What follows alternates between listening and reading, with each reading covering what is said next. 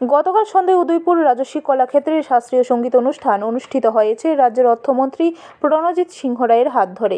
এছাড়াও উপস্থিত ছিলেন বিধায়ক জিতেন্দ্র মজুমদার, গোমতী জেলার জেলা সভাধিপতি দেবল দেব রায়, তথ্য ও সংস্কৃতি দপ্তরের উপদেষ্টা কমিটির চেয়ারম্যান সুব্রত চক্রবর্তী সহ দপ্তরের অধিকর্তা বিম্বিসার ভট্টাচার্য।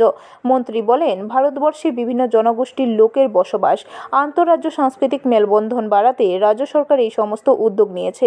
উদয়পুরকে সাংস্কৃতিকভাবে সমৃদ্ধ করা প্রয়াস এই শাস্ত্রীয় সঙ্গীত অনুষ্ঠানের মধ্য দিয়ে তার প্রতিফলন আরও বিকশিত হবে বলে আশা ব্যক্ত করেন মন্ত্রী। শুধু আগরতলা ভিত্তিক এই সমস্ত অনুষ্ঠান সীমাবদ্ধ না রেখে বিভিন্ন মহকুমা এবং জেলা স্তরে এর বিস্তার ছড়িয়ে দেওয়া উদ্যোগ নিয়েছে সরকার।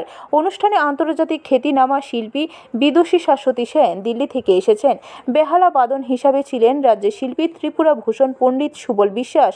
তবলা লহরায় ছিলেন বিশিষ্ট তবলাবাদক শিল্পী সুব্রত তালুকদার। কণ্ঠসঙ্গীতে ছিলেন বিশিষ্ট সঙ্গীত শিল্পী পদ্মমৌলীশ্বর আদিত্য।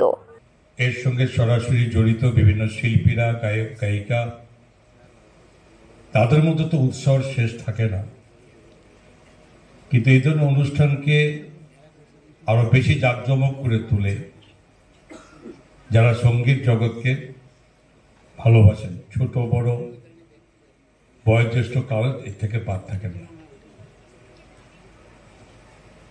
এবং আমাদের সরকার এই রাজ্যের জাতি, উপজাতি, বিভিন্ন সম্প্রদায়ের মানুষ আমরা বসবাস করি